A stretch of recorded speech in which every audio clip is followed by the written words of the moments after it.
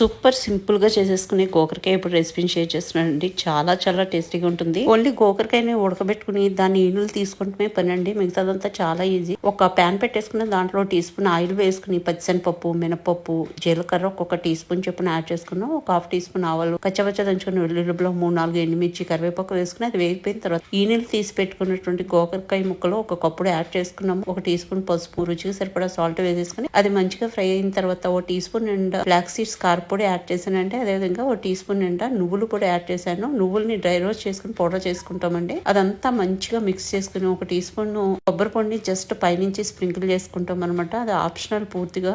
కావాలంటే యాడ్ చేసుకోవచ్చు, లేకపోతే స్కిప్ కూడా చేయొచ్చు. ఇంకా ఇదంతా యాడ్ చేసి ఒక్క నిమిషం ఉంచిన తర్వాత మనము సర్వింగ్ డిష్ లోకి తీసేసుకోవడమేనండి. వేడి వేడి అన్నంలో ఇది వేసుకుని తింటూ ఉంటుందండి. సూపర్ గా ఉంటుంది. ఈ ఫ్లాక్స్ సీడ్స్ కారపొడి ఇలాంటివి మనం చేసి పెట్టుకుంటే మనం డిషెస్ లో ఈజీగా యాడ్ చేసేసుకోవచ్చండి. ఇంత సింపుల్ గా అయిపోయే ఈ రెసిపీని డెఫినెట్ గా ట్రై చేసి చూడండి ఫ్రెండ్స్. అంతేకాకుండా లైక్ చేయడం మర్చిపోవద్దు.